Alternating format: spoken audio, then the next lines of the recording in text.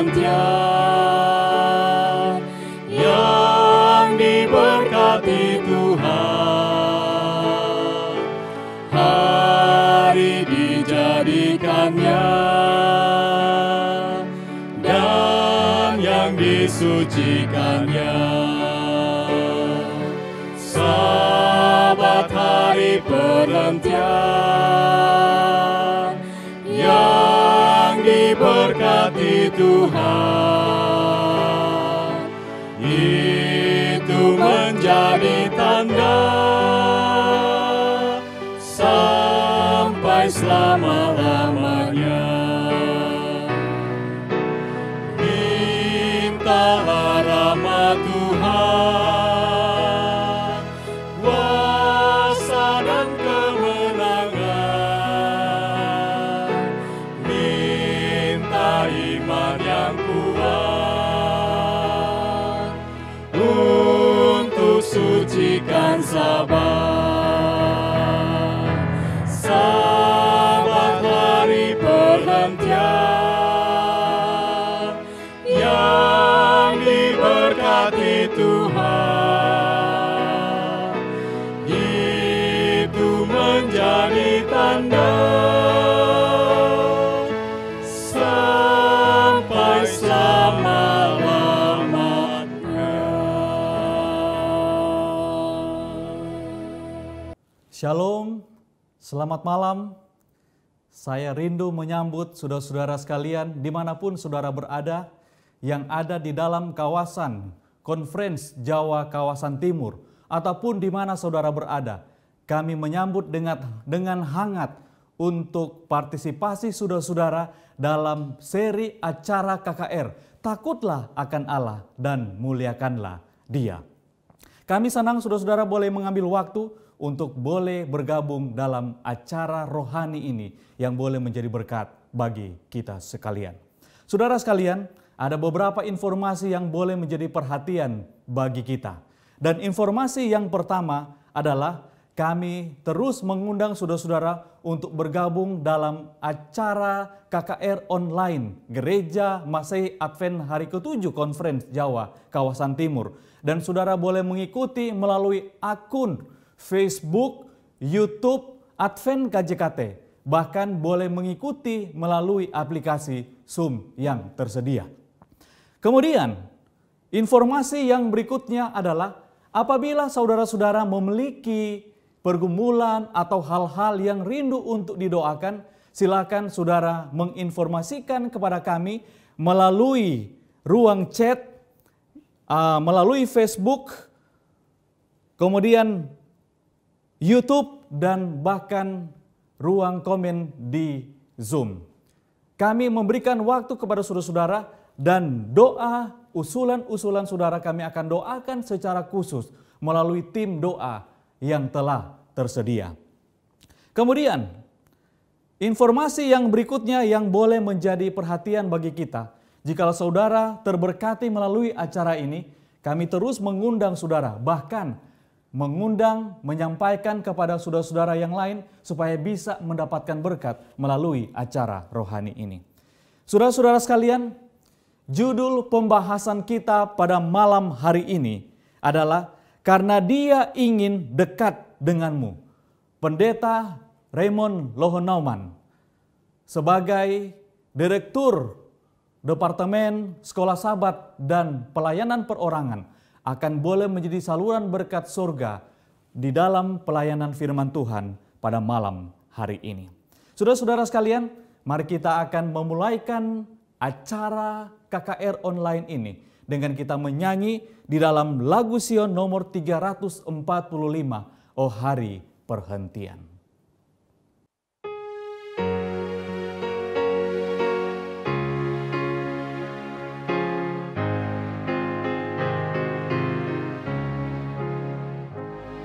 Oh hari perhentian, hari yang terindah, dan hari kesukaan bagi umat Allah.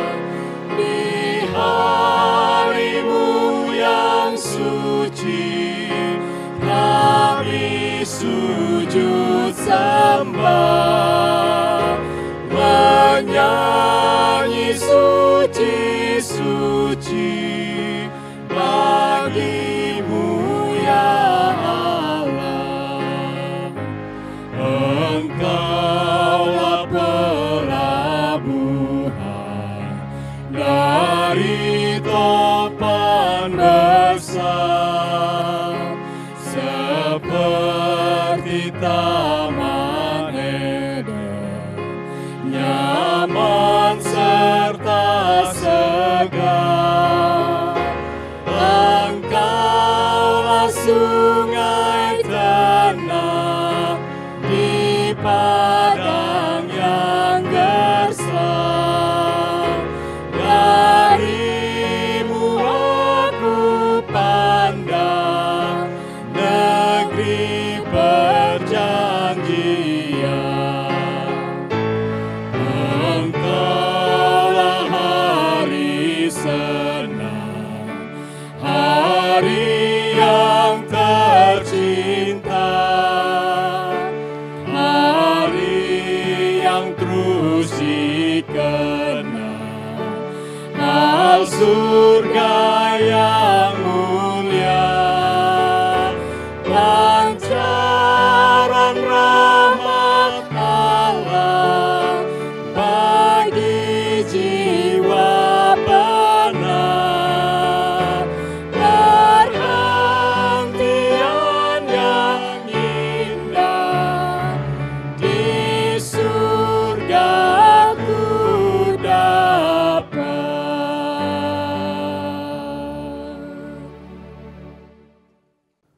Saudara sekalian, kami mengundang saudara-saudara untuk ikut bersama-sama di dalam memulaikan acara ini melalui doa. Mari kita berdoa. Bapa Semawi, Tuhan pencipta alam semesta, Allah Maha Besar, kami memohon tuntunan kuasa Roh Kudus-Mu untuk boleh menuntun kami di dalam perbaktian pada malam hari ini. Engkau pun memberkati hamba Tuhan, Pendeta Raymond Lohonoman yang akan menyampaikan sabda Tuhan. Kuasa Roh Kudus menjadi bagian hamba Tuhan ini, agar beliau boleh menjadi saluran berkat surga bagi kami semua pada malam ini. Pimpin ibadah ini boleh menjadi kekuatan iman bagi kami dan menjadi berkat. Di dalam nama Yesus Kristus kami berdoa. Amin. Sebuah lagu pujian yang boleh memberikan pekabaran yang indah bagi kita pada malam hari ini, yang akan disampaikan oleh homili kuartet. Kami persilakan.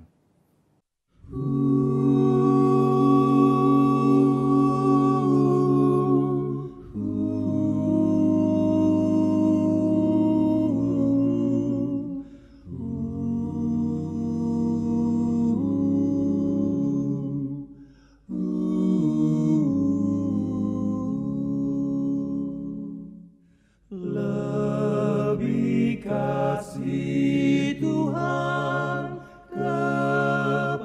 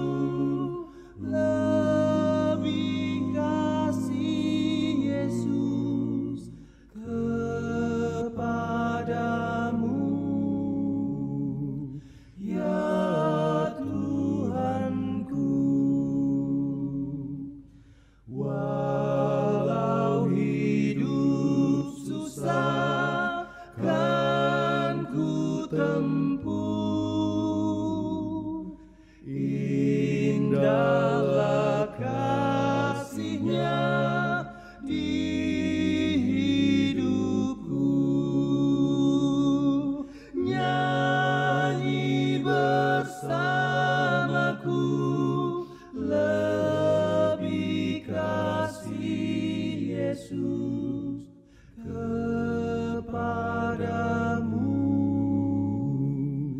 ya Tuhanku. Di akhir hidupku, ku memuji. Ini seruanku sepenuh hati.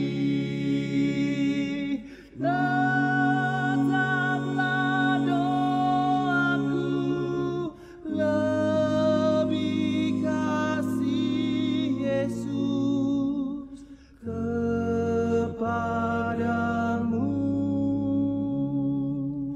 ya Tuhanku.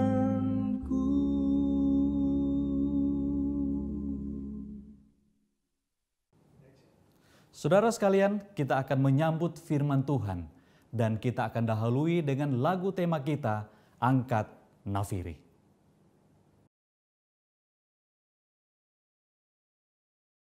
Angkat nafiri dan bunyikanlah, Yesus kan datang segera. Bersukacita dan pujilah Dia, Yesus kan datang segera.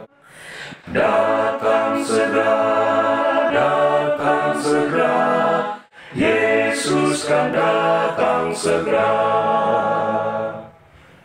Bangsa amarah itu tandanya, Yesus kan datang segera. Pengetahuan bertambah-tambah, Yesus kan datang segera.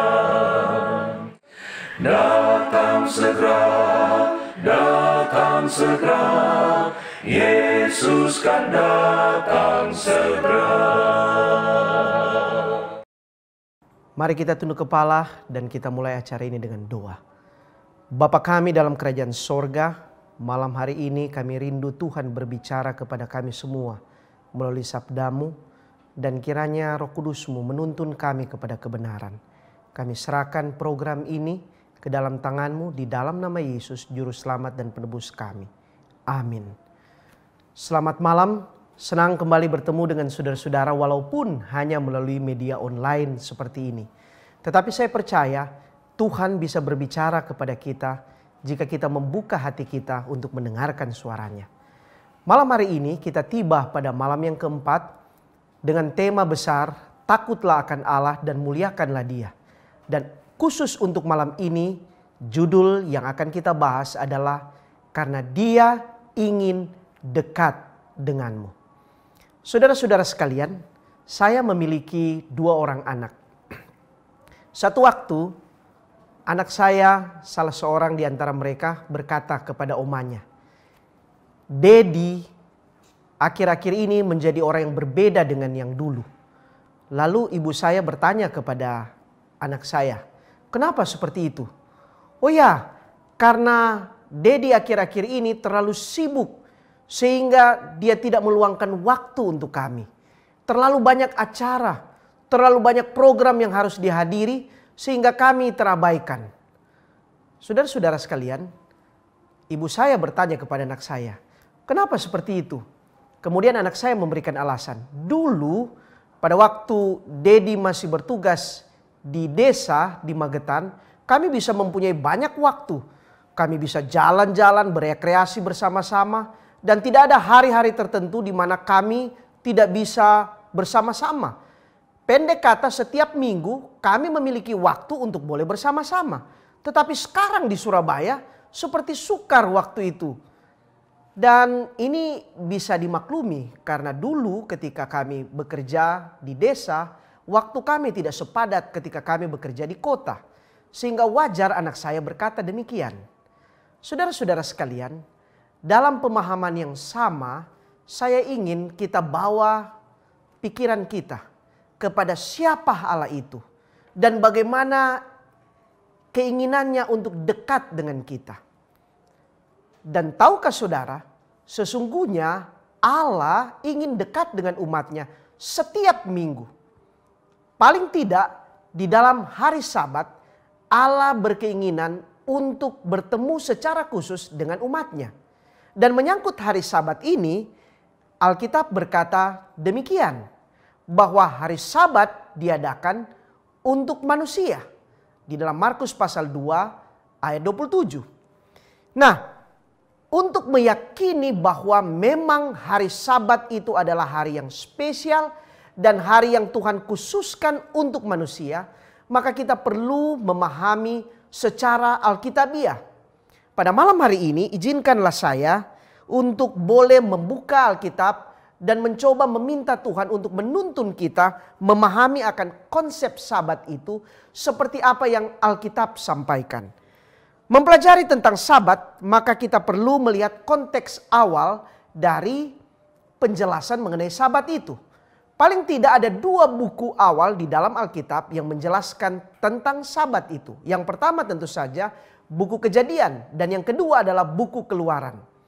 Nah, barangkali saudara-saudara sering mengabaikan akan hal ini. Membaca Alkitab, maka kita perlu melihat konteksnya. Di situ ada latar belakang budaya, di situ ada penulis, dan segala sesuatu yang berhubungan dengan tulisan itu di masa ketika ia dituliskan. Nah, untuk hal ini mari kita buka bersama-sama di dalam buku Kejadian. Kejadian diawali dengan cerita tentang penciptaan. Kejadian pasal 1 adalah kronologis, waktu, dan hal-hal yang menyangkut penciptaan.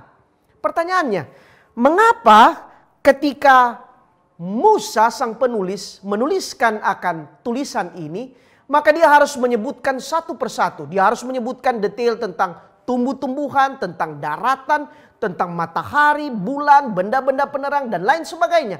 Mengapa harus seperti itu? Ini tentu saja adalah pertanyaan yang penting untuk kita tanyakan. Saudara-saudara sekalian, Musa adalah seorang yang lahir dalam budaya orang Israel, tetapi dibesarkan dan dididik dalam budaya Mesir. Memahami tentang Mesir saat itu adalah Mesir yang tidak lepas dengan penyembahan berbagai Allah. Katakanlah, setiap tumbuhan ada Allahnya. Setiap peristiwa alam ada Allahnya. Setiap fenomena-fenomena yang menyangkut alam ada Allahnya. Sehingga ketika Musa menuliskan dengan detail, ketika ia menyebutkan tentang penciptaan matahari, bulan, dan bintang. Ketika dia menyebutkan tentang tumbuh-tumbuhan, tentang binatang, dan lain sebagainya. Itu seakan-akan untuk meyakinkan pembaca, khususnya orang Israel, bahwa pencipta yang sesungguhnya yang pantas dihormati itu adalah Allah Israel. Bukan ilah Mesir, bukan yang lain, tetapi Allah Israel. Saudara-saudara sekalian, Musa ingin menyampaikan bahwa satu-satunya penguasa alam semesta itulah Allah Israel, bukan dewa-dewi Mesir. Ini adalah keterangan yang ditulis di dalam buku Kejadian ketika dia menulis satu persatu tentang kronologis penciptaan. Kemudian yang kedua adalah ketika dia menuliskan catatan tentang manusia di sana. Disebutkan bahwa manusia adalah ciptaan yang luar biasa yang dibuat oleh Allah. Saudara-saudara sekalian, mengapa hal ini harus disampaikan? Ada alasannya. Yang pertama adalah disebutkan bahwa manusia itu dalam rupa dan gambar Allah. Mengapa harus demikian dituliskan? Sebab dalam tradisi orang Mesir, maka ada banyak dewa-dewi yang disembah yang dalam rupa binatang. Nanti sebentar saya akan tunjukkan kepada saudara-saudara beberapa slide yang menunjukkan bagaimana orang Mesir kuno menyembah Allah mereka yang dalam wujud binatang. Musa ingin menyampaikan bahwa binatang itu diciptakan oleh Allah. Dan manusia itu sendiri adalah dalam rupa dan gambar Allah. Jadi dengan demikian manusia memiliki status kedudukan yang lebih tinggi. Kemudian di dalam penciptaan manusia disebutkan juga fungsi manusia untuk berkuasa atas segala binatang di udara, di darat, di laut, dan lain sebagainya. Mereka disuruh untuk berkuasa. Maka Musa ingin menyampaikan kepada orang Israel khususnya, bahwa apa yang disembah oleh orang Mesir selama ini, itu hanyalah sesuatu yang di bawah status dari manusia itu sendiri. Nah, ini yang ingin saya tunjukkan kepada saudara-saudara. Saudara boleh lihat gambar ini. Contoh misalnya dewa Heket yang disembah oleh orang Mesir. Rupanya di dalam bentuk katak. Itu sebabnya kita ketahui bahwa salah satu tulah yang membinasakan orang Mesir adalah munculnya katak. Seakan-akan Tuhan ingin berbicara bahwa apa yang kamu sembah itu ternyata dia menyusahkan kamu. Dan lain sebagainya. Saya tidak punya cukup waktu untuk menjelaskan satu persatu akan hal ini. Tetapi ingin saya katakan bahwa betapa apa yang selama ini disembah oleh orang Mesir bukanlah sesungguhnya Allah yang harus disembah. Nah, pada akhir dari penciptaan itu, seperti yang kita ketahui, bahwa ada ungkapan atau kata-kata penting yang Allah sampaikan di sana. Di dalam Kejadian pasal 2 ayat 1 hingga ayat yang ketiga, disebutkan Allah berhenti, Allah memberkati, dan Allah menguduskan.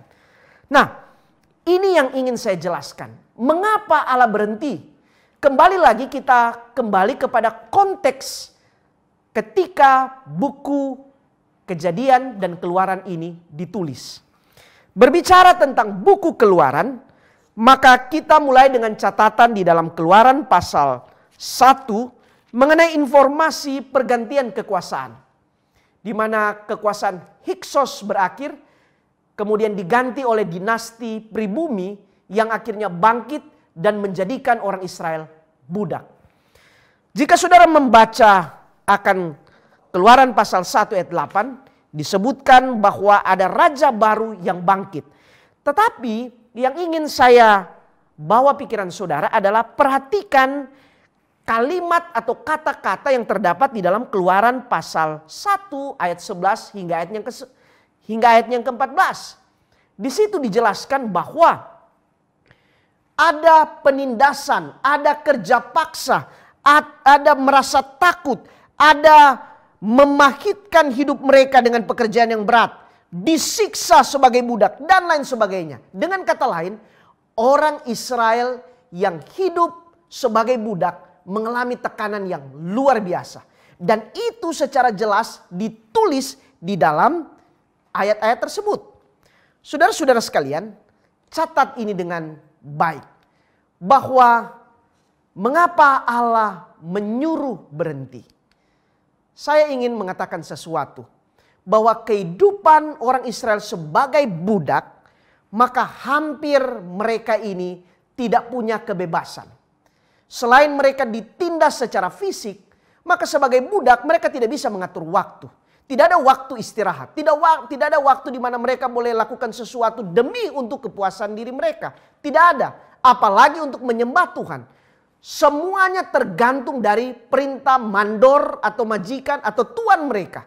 Sehingga saudara-saudara, kehidupan seperti ini adalah kehidupan yang tidak enak. Saya ingin juga menyampaikan sesuatu mengenai budak. Budak adalah seorang yang tidak punya kebebasan apa-apa. Seorang yang tidak bisa menjadi tuan atas dirinya sendiri. Karena semua aspek kehidupannya diatur oleh tuannya. Nah, Tuhan berkata kepada Musa berkali-kali disampaikan bahwa ketika mereka akan keluar, Musa setiap kali meminta kepada Firaun, dia selalu mengatakan, izinkanlah, biarkanlah mereka beribadah, biarkanlah kami beribadah kepada Tuhan di padang gurun. Alasan beribadahlah yang disampaikan. Saya ingin menekankan satu hal. Sekali lagi bahwa sebagai budak, mereka tidak punya keluasan untuk menentukan waktu bagi diri mereka sendiri. Jangankan berbicara tentang waktu untuk berbakti. Untuk diri mereka sendiri, mereka tidak punya. Kenapa? Karena segala sesuatu ditentukan oleh tuan mereka.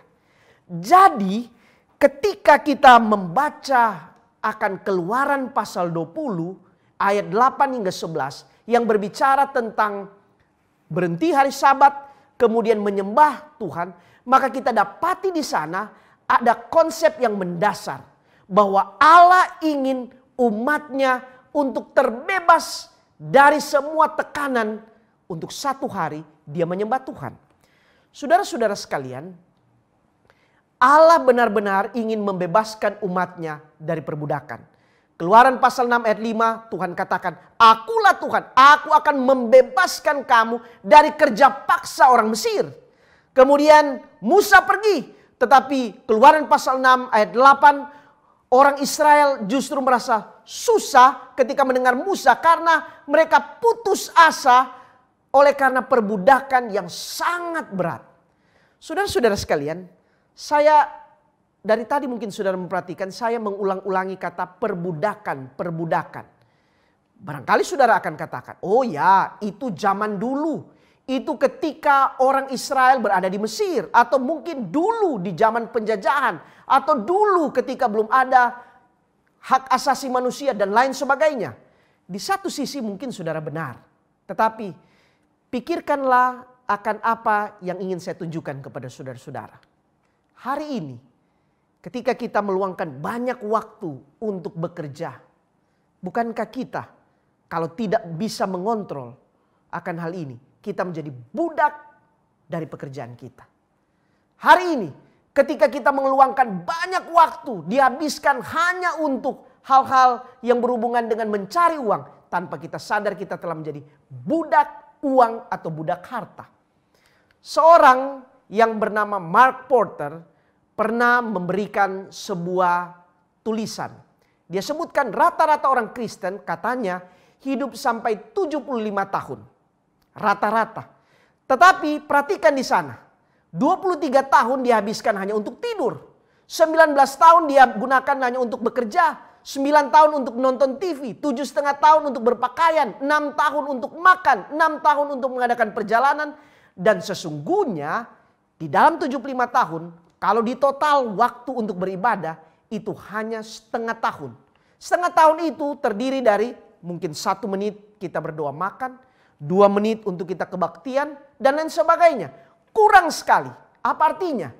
Artinya bahwa seluruh waktu kita telah habiskan untuk sesuatu yang bukan untuk Tuhan. Kalau demikian, itu sama dengan keadaan orang Mesir atau orang Israel pada waktu di Mesir yang sedang dikuasai oleh orang Mesir. Sebagai budak mereka tidak bisa lakukan apa-apa.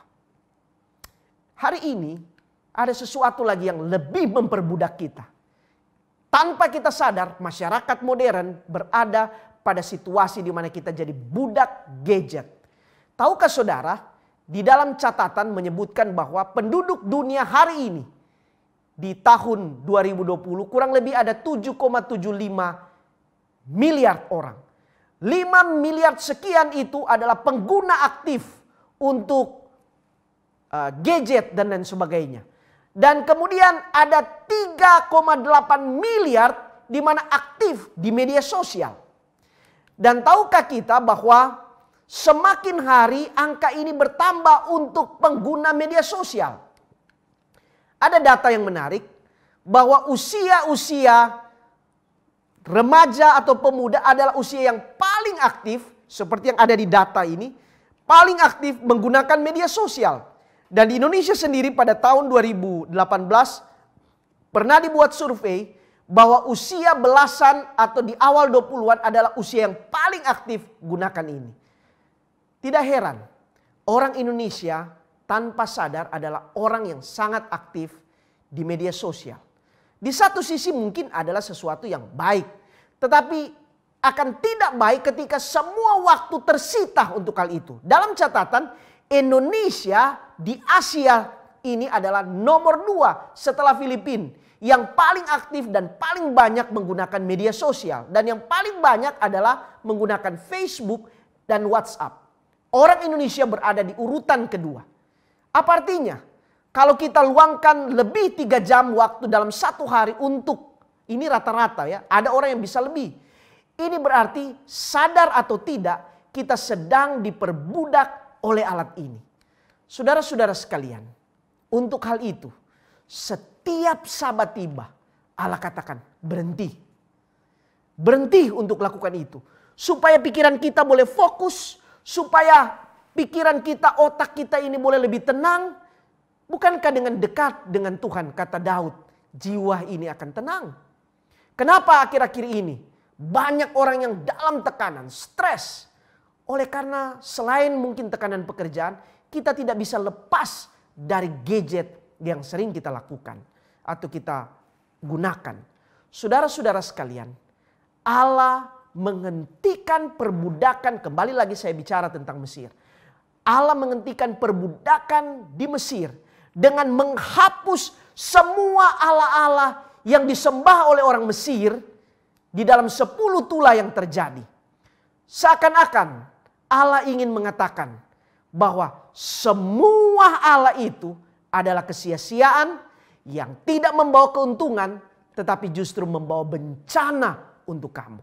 Seperti yang saya sedikit jelaskan, bayangkanlah Dewi Heket yang dalam rupa katak yang selama itu disembah oleh orang Mesir. Pada waktu tula itu terjadi justru berbahaya bagi orang Mesir. Bayangkanlah sungai Nil dengan penguasa di sana Dewa Hapi. Tapi ketika air menjadi darah itu menjadikan susah orang Mesir. Dan lain sebagainya. Kita tidak cukup waktu untuk menjelaskan satu persatu tentang dewa-dewi yang disembah oleh orang Mesir. Tetapi ingin saya katakan bahwa orang Mesir melalui 10 tula itu diajar, ditunjukkan oleh Tuhan. Semua yang kamu sembah, semua yang kamu gunakan waktu banyak, kamu invest untuk berikan uang atau apa saja untuk membuat patung dan menyembahnya. Semua itu akhirnya membahayakan hidupmu pada saat itu. Saudara-saudara sekalian, Keluaran pasal 20 ayat 2 dan 3. Dengan tegas di awal 10 perintah Tuhan, Tuhan katakan, akulah Tuhan Allahmu yang membawa engkau keluar dari Mesir, dari tempat perbudakan. Saudara boleh mulai dengan jangan ada padamu Allah lain, jangan membuat bagimu patung dan lain sebagainya. Dan termasuk ingatlah dan kuduskanlah hari Sabat. Mengapa harus ingat? Mengapa harus kuduskan? Itu untuk menyatakan bahwa kita bukanlah budak. Tapi kita adalah orang yang merdeka di dalam Tuhan. Tuhan memberikan kebebasan bagi kita untuk beribadah. Sama seperti orang Israel yang keluar dari Mesir dibebaskan untuk beribadah kepada Tuhan. Nah, kita selesai dengan pernyataan Kejadian pasal 2 mengenai Allah berhenti. Sekarang kita datang kepada maksud yang kedua yang ditulis di dalam buku Kejadian pasal 2 mengenai Allah memberkati. Apa makna dari Allah memberkati ini sesungguhnya? Saudara-saudara sekalian, dalam konteks budaya dan agama Mesir maupun agama-agama Timur kuno, maka tidak ada yang gratis untuk mendapatkan sesuatu. Jika saya ingin mendapatkan berkah, maka saya harus mengorbankan sesuatu. Tidak ada yang gratis. Sedikit saya ingin ceritakan sebuah fakta.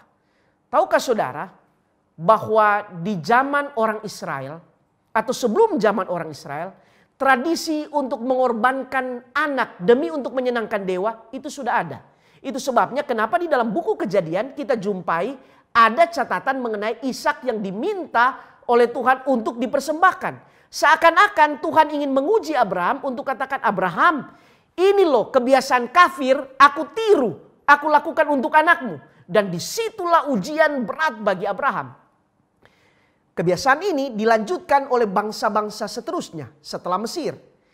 Orang Amon mengenal apa yang disebut dewa Molok. Tahukah saudara menyangkut dewa Molok ini, salah satu ritual yang paling kejam adalah seseorang harus memberikan anaknya mati sengaja dibunuh demi untuk menghormati dewa Molok ini. Jadi anak kecil itu dilukai, kemudian kadang ditaruh di api, dan itu yang menarik adalah dibawa oleh orang tuanya sendiri, sang ayah, kemudian dipersembahkan kepada dewa Molok. dalam tradisi ini, supaya menghilangkan suara tangis anak yang begitu merintih, berteriak, menangis, maka ada tetabuhan atau apa saja alat musik yang dibuat sedemikian keras sehingga suara anak itu yang menangis itu seakan-akan tertutup oleh suara yang keras. Tetapi saudara bisa bayangkan, sebagai ayah kita harus persembahkan anak kita. Tapi begitulah yang dilakukan oleh agama-agama kuno. Tapi jangan lupa, orang Israel sendiri, salah satunya adalah Raja Manasye, anak dari Hizkia. Dia menyembah dewa Molok dengan mempersembahkan akan anaknya. Bisa dibayangkan, umat Israel bisa lakukan seperti ini. Padahal saya ingin mengatakan kepada saudara-saudara bahwa ketika Allah menjanjikan berkat, tidak ada di sini di mana dia menyuruh umatnya untuk melakukan sesuatu kecuali berhenti, diam, dan tidak lakukan sesuatu kecuali menyembah Tuhan. Mudah bukan? Tidak ada yang dikorbankan di sini. Betapa mudahnya mengikuti Allah Israel. Tapi herannya orang Israel justru mengikuti Allah asing itu. Saudara bisa membayangkan akan hal ini. Ketika Allah menyuruh orang Israel untuk berhenti di mana dia akan memberkati, tidak ada syarat-syarat yang berat yang dia berikan di sana. Nah, sekarang kita pindah kepada yang ketiga. Apa yang dimaksud dengan kata menguduskan? Menguduskan. Kembali lagi kita berbicara dalam konteks penulisan buku Keluaran pada saat Musa ada dan kemudian apa yang biasa dilakukan oleh orang Mesir. Mesir subur atau bisa hidup karena ada sungai Nil. Saya mau cerita sesuatu. Mesir ini adalah bagian dari Afrika. Sebagian besar daerah Afrika adalah daerah yang kering. Tetapi sepanjang tahun di Mesir tidak pernah kering. Kenapa? Karena ada sungai Nil di sana. Nah, bagi orang Mesir, mereka menghormati Nil itu lebih dari yang seharusnya. Di sanalah mereka yakini ada dewa Hapi penguasa dari Mesir. Itu sebabnya mereka selalu mengadakan ritual di sana. Dan ini yang saya ingin katakan yang tidak dituliskan di dalam Alkitab. Saudara membuka buku Keluaran dengan cerita tentang Musa yang ditaruh di sungai Nil kemudian diambil oleh putri Firaun, bukan? Catatan Alkitab hanya sekedar menyebutkan bahwa putri Firaun itu datang hendak mandi. Tetapi pernahkah kita berpikir bahwa kalau hanya mandi, kenapa harus datang ke sungai Nil? Bukankah di istana mereka punya tempat mandi? Tetapi di sini ada yang saudara tidak ketahui. Bahwa sesungguhnya bagi tradisi para raja, putri, dan pembesar bangsawan Mesir, datang ke sungai Nil adalah sebuah ritual penyembahan. Jadi ketika putri ini pergi ke sungai Nil, yang diyakini bahwa ini adalah Hatshepsut. Hatshepsut ibu dari Musa yang pergi ke sungai Nil. Maka ketika dia pergi ke sana, yang pada saat itu dia belum punya anak laki-laki, kemudian dia temukan bayi Musa ini sama dengan dia mempercayai bahwa dewa Hapi sedang memberikan kepadanya seorang anak. Saudara-saudara sekalian, orang Mesir sangat mempercayai tahyul. Jadi Musa sesungguhnya nama lengkapnya adalah Hapi Mose. Hapi Mose artinya seorang yang diangkat dari air, yang diberikan atau merupakan pemberian dari dewa Hapi. Jadi ritual datang ke Mesir, maksud saya datang ke sungai Nil adalah ritual penyembahan. Itu sama dengan apa yang sekarang ini menjadi tradisi di India. Di mana setiap tahun atau waktu-waktu tertentu ribuan atau semua orang India yang beragama tertentu mereka datang ke sungai itu lalu kemudian mengadakan penyucian diri di sungai Gangga. Nah, mari kita pikirkan di sini. Andaikan hanya tempat-tempat tertentu yang dijadikan tempat sakral, tempat yang kudus, maka saya pikir tidak semua manusia akan beruntung, bukan? Bagaimana dengan saya yang tidak pernah pergi ke India? Bagaimana dengan saudara yang tidak bisa pergi ke sungai Nil? Disinilah Allah itu luar biasa memberikan sabat. Dia tidak menaruh peringatan penciptaan itu dalam bentuk prasasti atau ditaruh di satu tempat, tapi dia berikan itu dalam bentuk waktu. Sehingga tidak seorang pun bisa merusakkannya, bukan? Semua orang bisa menikmatinya. Bahkan boleh saya katakan sabat itu bersifat universal. Yang boleh dinikmati oleh semua orang. Seperti yang disebutkan di dalam Markus pasal 2 ayat 27 tadi. Bahwa hari sabat diadakan untuk manusia. Nah, menyangkut akan hal ini, janji berkat Tuhan jelas. Di dalam Yesaya pasal 58 ayat 13-14. Tuhan berkata bahwa apabila engkau tidak menginjak-injak hukum sabat. Tidak melakukan urusanmu. Tidak berkata omong kosong. Kita menyebutkan hari sabat hari kenikmatan. Dan menghormatinya. Tidak menjalankan acara. Maka ini janji Tuhan. Aku akan membuat engkau bersenang-senang. Aku akan membuat engkau melintasi puncak bukit dengan kendaraan kemenangan. Aku akan memberi makan engkau dari milik pusaka Yakub. Dalam sejarah orang Israel, kita dapati bahwa sering mereka kelaparan. Sering mereka dijajah dan menyebabkan mereka mengalami kesusahan. Jika saudara menelusuri lebih jauh berdasarkan akan ayat-ayat yang berhubungan dengan sabat. Maka salah satu pelanggaran yang boleh kita katakan dilakukan oleh orang Israel sehingga mereka mengalami kesusahan adalah pelanggaran akan sabat. Saudara-saudara sekalian, saya ingin membuktikan salah satunya adalah peristiwa sebelum Babylon. Di dalam peristiwa sebelum Babylon, salah satu nabi sebelum pembuangan itu adalah Yeremia. Yeremia pernah menasehatkan akan orang Israel. Mari kita buka bersama-sama di dalam Yeremia pasal 17 ayat yang ke-21 hingga ayat yang ke-27. Ada catatan-catatan di sana. Saudara boleh lihat di sana. Jangan angkut barang pada hari Sabat, jangan lakukan satu pekerjaan, tapi kuduskanlah Sabat. Jangan ada urusan dagang. Semuanya dinasihati Tuhan dengan jelas. Dan ini peringatan Tuhan. Kalau kamu tidak mendengarkan perintahku untuk menguduskan hari Sabatku di pintu-pintu gerbang Yerusalem, maka pintu-pintu gerbangnya aku akan menyalakan api yang akan memakan habis puri-puri Yerusalem. Dan tidak ada yang dapat terpadamkan. Di ayat 27 dari Yeremia pasal 17. Nah, selanjutnya ketika kita melihat kasus orang Israel, khususnya Yehuda. Pada waktu tahun 605 pasukan Nebukadnezar datang. Kota itu dibakar dan orang-orangnya diangkut ke Babylon. Apa yang bisa kita mengerti? Bahwa janji Tuhan, peringatan Tuhan menyangkut Sabat itu terpenuhi. Jadi orang Israel lah yang telah melanggar dan harus mengalami hal demikian.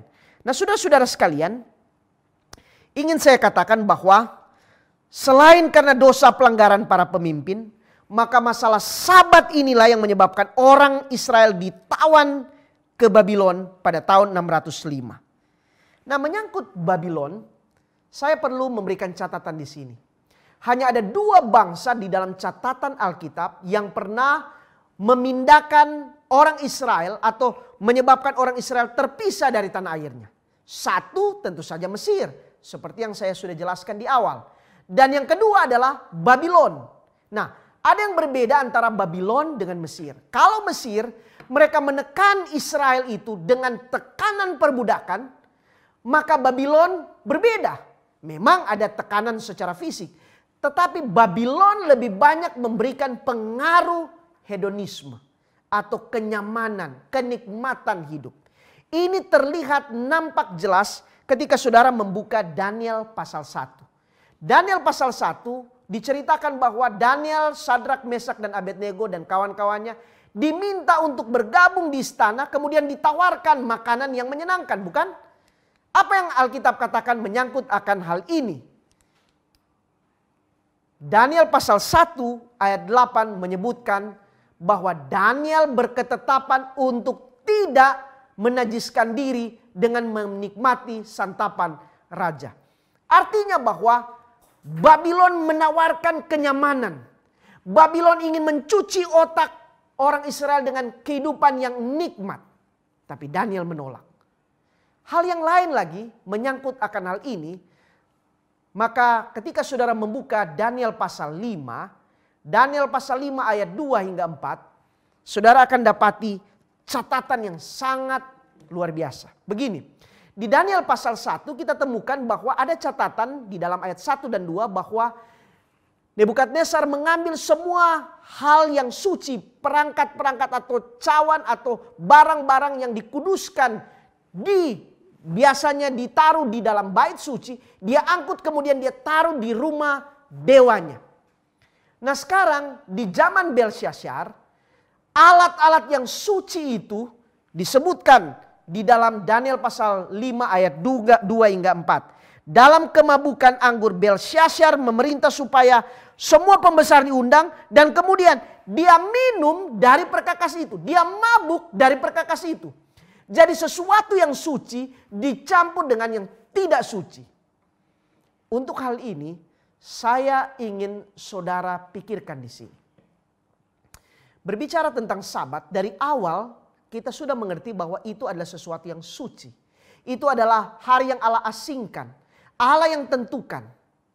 Tetapi sejarah mencatat di tahun 321, seorang yang bernama Konstantinus, oleh karena alasan politik, bekerja sama dengan gereja, memindahkan hari yang ketujuh itu ke hari yang pertama. Dan untuk selanjutnya, maka hal-hal yang biasanya sesuai dengan Alkitab, pada waktu selanjutnya berubah. Hari perbaktian berubah dari yang kudus dipindahkan kepada hari yang tidak kudus dan lain sebagainya. Kita tidak cukup waktu untuk menjelaskan akan hal ini, tetapi ingin saya katakan kepada seluruh pendengar bahwa betapa hal-hal yang tidak suci dicampur dengan hal-hal yang suci. Sama seperti yang dilakukan oleh Belsyazar pada malam itu. Mereka makan, minum, pesta pora pada waktu mereka menikmati akan anggur yang ditaruh di perkakas suci. Pada akhirnya orang Israel kembali lagi. Tetapi ingin saya katakan bahwa pada waktu mereka kembali ke tanah air mereka, tahun 538-537, tidak semua ingin kembali. Mengapa? Karena mereka sudah nyaman hidup ala Babylon. Mereka sudah nyaman tinggal di sana. Sehingga sukar bagi mereka untuk meninggalkan kehidupan yang nyaman ala Babylon. Pada waktu mereka kembali lagi ke tanah Yehuda akhirnya, buku Nehemia pasal 13, saudara akan dapati di sana berulang-ulang kali Israel melakukan pelanggaran tentang Sabat. Mengapa? Karena mereka sudah terbiasa dengan pola di Babylon. Kabur mereka tentang Sabat yang murni seperti konsep mula-mula, di mana Allah menuntut mereka untuk bebas dari pekerjaan, Allah menuntut mereka untuk hanya terfokus kepada Tuhan, meniadakan semua ala-ala lain. Tapi orang Israel menjadikan pekerjaan, bisnis, uang sebagai ilah di dalam hidup mereka. Nehemia pasal 13 mencatat itu. Saudara boleh lihat di sana. Sehingga ayat 19 dan 22 harus ada perintah dari Nehemia untuk tutup pintu, lockdown pada hari Sabat. Mengapa demikian? Sekali lagi karena pengaruh Babylon yang begitu kuat. Nah, setelah itu, saudara akan dapati di dalam catatan Alkitab, setelah buku Maleaki, maka seakan-akan tidak ada hubungan antara Allah dengan umatnya. Saudara-saudara yang biasa membaca Alkitab mengerti bahwa antara perjanjian lama dan perjanjian baru ada interval waktu 400 tahun. Kenapa sampai begitu lama? Di dalam 400 tahun itu tidak ada nabi yang muncul.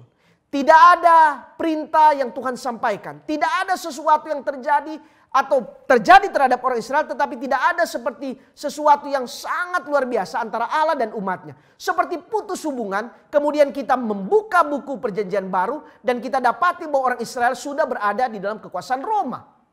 400 tahun tentu saja bukan waktu yang singkat.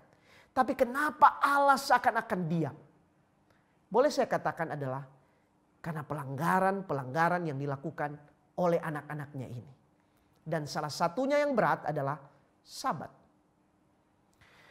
Tentu saja di zaman perjanjian baru, orang Israel menyadari akan kesalahan mereka. Tetapi jangan lupa, berbicara sabat itu adalah dua aspek. Kita berhubungan dengan Allah dan kita berhubungan dengan manusia. Dalam aspek inilah yang sering orang Israel pada waktu perjanjian baru hanya menekankan hubungan dengan Allah dan lupa hubungan dengan manusia. Ketika kita membaca buku Injil, ingin saya beritahukan kepada saudara-saudara bahwa tidak ada di dalam Injil satupun yang tidak menjelaskan tentang sabat. Saya ulangi, semua Injil ada catatan tentang sabat. Tetapi dalam dimensi yang berbeda dengan apa yang ditulis di dalam perjanjian lama. Mengapa? Karena seperti yang saya katakan tadi, ada sesuatu yang ingin Yesus ajarkan kepada para pengikutnya. Benar, konsep yang ada di dalam perjanjian lama itu tidak salah. Tetapi ada satu yang diabaikan oleh umat-umat Tuhan. Yaitu bagaimana hidup menyucikan sabat dengan tidak mengabaikan hal-hal manusiawi. Kita dapati bahwa di keempat Injil selalu menceritakan tentang cerita mujizat penyembuhan pada hari Sabat. Yesus menyembuhkan orang yang lumpuh, Yesus membuat orang yang buta bisa melihat, dan lain sebagainya. Bahkan ada seorang yang 38 tahun lumpuh, Yesus sembuhkan. Dan buku Yohanes katakan dia lakukan itu pada hari Sabat. Ingat, di dalam Injil selain menyatakan bahwa dia adalah anak manusia, buku Matius menyatakan bahwa dia adalah raja. Dengan menyatakan di dalam silsilah bahwa dia keturunan dari Daud, maka dia adalah raja. Dan dalam posisinya sebagai raja, dia adalah Tuhan yang berkuasa untuk menentukan sesuatu. Sebagai raja, dia berhak untuk katakan ini yang betul, ini yang benar. Dan apa yang dia praktekkan di dalam catatan seluruh Injil adalah bukti bahwa bagaimana sesungguhnya Allah mengharapkan umatnya menyucikan Sabat.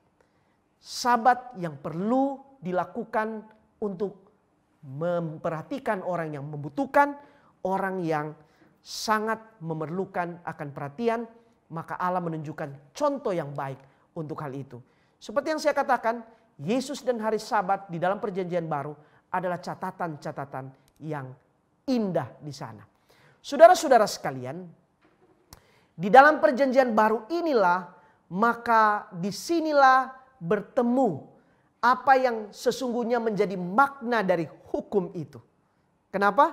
Karena hukum itu terdiri dari kasih kepada Allah dan kasih kepada manusia.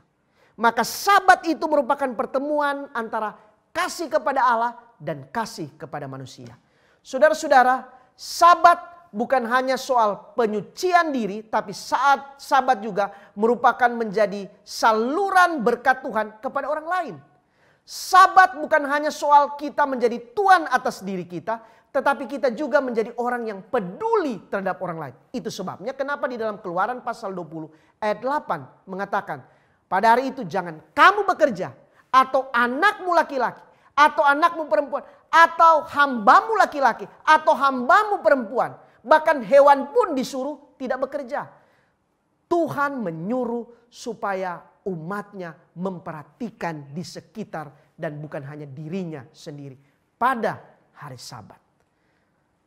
Nah, dengan demikian kita jelas memahami apa sesungguhnya konsep Sabat yang benar sesuai dengan Alkitab. Saudara-saudara sekalian, kita tiba pada bagian akhir dari pembahasan ini. Menjelang orang Israel keluar dari Mesir, kita ketahui bahwa itu ditandai dengan 10 tulah yang terjadi. Dan tulah yang terakhir adalah kematian anak sulung. Nah, khusus untuk tulah yang terakhir itu ada catatan di dalam buku Keluaran pasal 12, bukan? Disampaikan di sana bahwa seharusnya semua orang di Mesir waktu itu, termasuk orang Israel, mereka juga anak-anaknya akan mati. Sama seperti orang Mesir. Tetapi mengapa sehingga orang Israel tidak ada satupun dari anak mereka yang mati? Di dalam Keluaran pasal 12 ada catatan di sana bahwa Tuhan menyuruh untuk orang Israel membuat tanda di atas dari pintu mereka.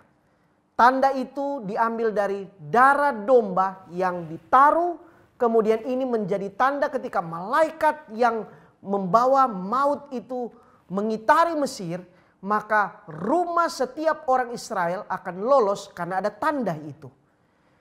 Di dalam buku Wahyu pasal 13 dan 14, kita dapati di sana ada dua tanda. Yang satu adalah tanda binatang, menyangkut penyembahan terhadap binatang itu yang dicatat di dalam Wahyu pasal 13. Saudara boleh lihat di sana ayat 15 sampai 17 bagaimana tanda itu dipaksakan. Kemudian di Wahyu pasal 14 ada tanda bagi umat Tuhan. Di dalam Wahyu pasal 14, saudara akan dapati di sana di ayat 7 ketika firman Tuhan mengatakan, takutlah akan Allah dan muliakanlah Dia karena telah tiba saatnya penghakiman, dan sembahlah Allah yang menjadikan langit dan bumi dan laut dan segala isinya. Pernyataan menyembah Allah pencipta langit, bumi dan laut dan segala isinya, ini adalah pernyataan yang sama seperti di dalam Kejadian pasal 1. Dan Kejadian pasal 2 menyangkut Allah pencipta. Itu sama dengan Keluaran pasal 20 ayat 8 hingga 11 yang menceritakan tentang Allah yang menciptakan selama 6 hari lamanya. Jadi apa yang kita lihat menjadi tanda umat Tuhan yang menolong mereka supaya mereka lolos sama seperti orang Mesir atau orang Israel yang lolos dari kematian anak sulung di Mesir adalah tanda Tuhan, yakni hari Sabat. Saudara-saudara sekalian, hari Sabat inilah akan sama seperti yang dihadapi atau yang terjadi pada orang Mesir dulu yang membedakan antara umat Tuhan dan bukan umat Tuhan. Saudara-saudara sekalian, dari buku Kejadian, buku Keluaran sampai ke buku Wahyu, kita dapati di sana bahwa Allah sangat jelas untuk membedakan mana umatnya dan mana yang bukan umatnya. Pilihan pada kita adalah kita mau menyembah tanda binatang yang nantinya bisa mendatangkan kematian bagi kita, atau kita memilih untuk mendapatkan tanda umat Tuhan, yakni Sabat. Saudara-saudara sekalian, pelajaran ini sangat jelas untuk kita bahwa di akhir nanti hanya ada dua tanda, dan barang siapa ingin selamat maka ikutilah tanda yang diminta Tuhan kepada orang Israel, yakni tanda anak domba yang tersembelih, dan mengakui bahwa Tuhan yang kita muliakan, yang kita sembah adalah Tuhan atas hari Sabat. Dan tanda Sabat inilah yang Tuhan ingin sampaikan untuk kita ikuti pada malam hari ini. Berapa di antara kita yang mau mengikutinya? Jika saudara ingin mengikutinya, maka saudara boleh mengikuti apa yang Alkitab sampaikan menyangkut akan tanda itu. Saya tutup dengan sebuah kisah. Satu kali di sebuah jalan di Jakarta ada tanda seperti ini, dengan tulisan bahwa becak dilarang masuk. Tanda ini jelas, tulisan juga ini jelas. Lalu kemudian datanglah seorang pembawa becak, dia lewat di jalan itu. Tentu saja pada waktu dia lewat di sana, polisi menyetopnya. Kemudian katakan, kenapa engkau melanggar akan hal ini? Bukankah di sana sudah ada tanda bahwa becak dilarang masuk? Tapi dengan santai orang ini katakan, coba perhatikan gambar itu. Di gambar itu kan digambarkan becak yang kosong. Saya lewat di sini dengan membawa penumpang. Beda tentu saja kan? Tidak sama. Tapi polisi ini katakan, tulisan di sana jelas ditulis bahwa becak dilarang masuk. Tapi sang pendayu becak ini katakan, saya adalah orang yang tidak tahu baca. Saya tidak tahu apa tulisannya di bawah sana. Jadi Anda tidak berhak untuk membuat saya atau menilang saya. Saya tidak mengerti. Saudara-saudara sekalian, barangkali ini kelihatan konyol bagi sang tukang beca ini. Oleh karena gambar jelas tapi dia menginterpretasikan lain. Tulisan jelas tapi dia tidak bisa membacanya. Kita tersenyum untuk hal ini. Tetapi Saya ingin mengatakan kepada saudara-saudara, menyangkut Sabat, Perjanjian Lama dan Perjanjian Baru jelas. Sikap Yesus terhadap menaati Sabat jelas. Setiap perintah yang disampaikan itu sangat jelas.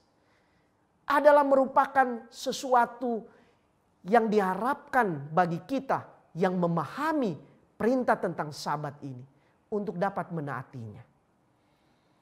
Dari pembahasan ini, oleh pertolongan Tuhan, saya berharap kita semua boleh mengerti dengan benar betapa Allah pada hari Sabat itu ingin membuat kita merdeka, tidak dalam tekanan, tidak dipengaruhi oleh semua yang menyangkut hal-hal yang membatasi kita sehingga kebebasan kita untuk beribadah menjadi hilang. Sabat adalah kesempatan untuk kita berbuat baik. Sabat adalah kesempatan di mana kita boleh berhubungan dengan Tuhan dan di saat yang sama juga kita berhubungan dengan sesama dengan penuh dengan berkat. Maukah saudara mengikutinya? Jika saudara mau mengikuti akan hal ini, saya ingin saudara untuk tunduk kepala bersama saya dan kita akan berdoa bersama. Bapa kami dalam kerajaan sorga, kami sungguh bersyukur karena Tuhan begitu baik. Tuhan mengingatkan kami bahwa betapa indahnya Sabat itu. Sabat yang Tuhan berikan kepada orang Israel dahulu kala untuk membebaskan mereka dari perbudakan dan segala perasaan tekanan di dalam kehidupan mereka di masa yang lalu. Sabat di mana Tuhan ingin mendekatkan diri, berkunjung secara khusus kepada umat-Mu. Seakan-akan Allah mau berbicara dari hati ke hati. Dan itulah yang dirasakan oleh beberapa orang ketika Yesus datang. Menghampiri mereka, berkunjung, bahkan menyembuhkan beberapa yang sakit. Tuhan, kami pun rindu dalam hidup ini. Kami didatangi khusus oleh Tuhan. Tuhan berbicara kepada kami, menguatkan, menghibur kami dikala kami susah. Menyembuhkan hati kami secara rohani, menolong kami di tengah kesulitan-kesulitan yang kami hadapi. Tuhan, biarlah hari Sabat di mana kami diberikan kesempatan untuk berbakti, kami dapat gunakan sebaik-baiknya untuk berhubungan dengan Tuhan. Terima kasih Tuhan, Engkau sudah mengingatkan kami untuk kebenaran yang penting ini. Kiranya Tuhan akan menolong kami untuk selalu kami merasakan kedekatan dengan Tuhan setiap hari Sabat tiba. Dan di saat yang sama kami boleh menjadi saluran berkat Tuhan yang Tuhan gunakan untuk membawa berkat-Mu, menyalurkan berkat-Mu kepada orang lain. Melalui sikap kami, melalui perbuatan kami, atau apa saja yang Tuhan izinkan kami lakukan. Terpujilah Engkau Tuhan, kami serahkan kehidupan kami ke dalam tangan-Mu di dalam nama Yesus, Juru Selamat dan Penebus kami. Amin. Tuhan kiranya memberkati kita. Tentunya kita berterima kasih kepada Tuhan melalui pekabaran malam hari ini dan kepada Pendeta Raymond Lohonoman yang boleh menjadi saluran berkat surga pada malam hari ini. Ada beberapa informasi yang boleh menjadi perhatian bagi kita. Yang pertama adalah kami terus mengundang saudara-saudara untuk tergabung dalam acara rohani ini. Dan saudara boleh bergabung melalui aplikasi Zoom dan juga saudara boleh bergabung melalui akun Facebook Advent KJKT dan juga YouTube Advent KJKT. Kita boleh menikmati banyak berkat Tuhan melalui pembahasan-pembahasan dalam acara ini. Kemudian informasi yang kedua adalah untuk pembahasan pada besok malam adalah karena Dia memberi tanda kedatangannya. Pembahasan ini akan disampaikan oleh Bapak Richard Panjaitan. Beliau adalah Wakil Bendahara Uni Indonesia kawasan Barat. Terima kasih saudara-saudara, acara kita sampai di sini. Sampai ketemu besok malam dan Tuhan memberkati kita sekalian. Amin.